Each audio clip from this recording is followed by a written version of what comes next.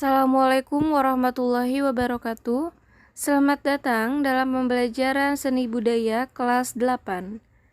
Pada kesempatan hari ini, kita akan memasuki pembahasan pada bab 4 mengenai menggambar komik. Seperti pada gambar berikut ini, gambar tersebut adalah gambar komik. Pembahasan awal atau poin A terdapat konsep dan sejarah komik. Kata komik itu berasal dari bahasa Inggris, yaitu komik. Artinya adalah segala sesuatu yang lucu dan menghibur. Adapun komik itu sendiri adalah susunan gambar dan kata-kata untuk menceritakan sesuatu yang terangkum dalam buku dan dikembangkan menjadi sebuah tatanan gambar dan balon kata yang berurutan dalam sebuah buku. Seperti pada gambar berikut ini adalah salah satu dari bentuk komik. Nah, dapat disimpulkan bahwa komik itu merupakan gabungan antara tulisan dengan gambar. Nah, namun pada awalnya tulisan di dalam komik itu hanya dijadikan sebagai materi atau elemen pelengkap dalam memaksimalkan peran gambar saja untuk menyampaikan makna yang terkandung di dalam komik tersebut. Namun demikian, sekarang ini keberadaan tulisan dan elemen huruf memiliki kedudukan yang setara, sehingga dalam penampilan visualisasi dari tulisan dapat diimajinasikan menyatu ke dalam sebuah rangkaian gambar. Poin B adalah sejarah komik di Indonesia. Sejarah komik di Indonesia itu berawal dari panel pada relief di Candi Borobudur atau wayang beber, seperti pada kedua gambar di samping ini. Kedua gambar tersebut mempunyai karakteristik yang sama dengan komik. Namun jika kita cermati bahwa relief yang berupa dinding batu itu bercerita peristiwa masa kerajaan yang hanya dapat dibaca sesuai arah jarum jam yang disebut dengan Mapradaksina, yang dalam bahasa Sangsakerta yaitu disebut dengan Daksina, berarti timur. Setiap pahatan relief tersebut terbagi ke dalam bentuk pembatas, semacam panel yang berisi adegan-adegan sesuai cerita yang diwakilinya dengan total 1460 panel. Jadi komik itu di Indonesia sebenarnya sudah ada sejak lama.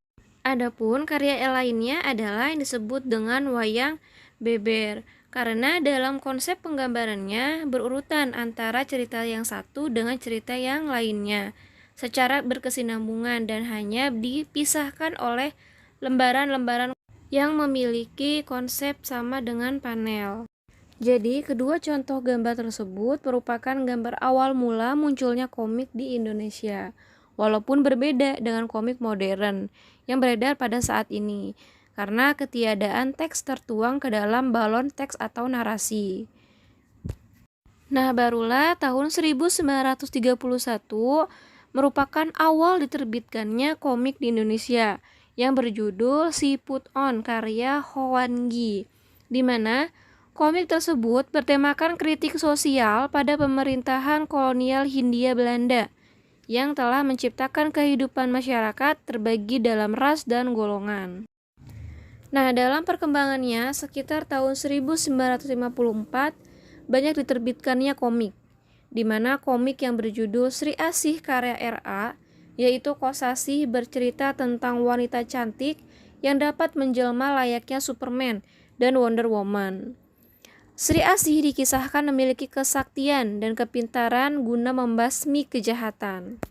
Dan pada tahun 1961, komik berjudul Si Buta dari Gua Hantu karya Ganesh terbit, di mana komik tersebut berkisah perjalanan seseorang pendekar buta yang berkelana dengan temannya seekor monyet yang bernama Kliwon. Kisah perjalanan tokoh yang berkelana dari Jawa Barat hingga penyeberang ke Pulau Bali, Flores, Kalimantan, dan Sulawesi menjadikannya dikenal di Nusantara. Dan di tahun 1980 barulah muncul komikus bernama Dwi Kwendoro dengan komik Panji Koming, pertama kali diterbitkan di harian Kompas dalam bentuk komik strip. Nah, topik aktualnya dalam komik Panji Koming mengangkat tema yang terjadi di masyarakat seperti korupsi, kemiskinan, birokrasi, dan pendidikan yang dikemas lucu. Nah, selanjutnya pada tahun 1999 sampai 2000 itu merupakan awal bangkitnya komik karena para komikus mendapat kebebasan untuk berkreasi dan ada beberapa penerbit yang mau menerbitkan komik-komik tersebut. Dan seiring berjalannya waktu, kualitas komik itu meningkat dengan tema keseharian yang membuat komik di Indonesia itu diminati. Dan untuk mendukung upaya tersebut, banyak sekali kegiatan yang dilangsungkan, antara lain Sayembara Komik di Indonesia pada tahun 1993, Pekan Komik dan Animasi Sosial, maupun Festival Komik Nasional tahun 2012. Itulah awal mulanya atau sejarah komik ada di Indonesia. Baik, mungkin untuk pertemuan kali ini kita cukupkan mengenai konsep dan sejarah komik di Indonesia. Untuk pertemuan selanjutnya, kita masih membahas terkait dengan menggambar komik. Semoga pada pertemuan ini kalian dapat pahami dan cermati. Semoga bermanfaat. Wassalamualaikum warahmatullahi wabarakatuh.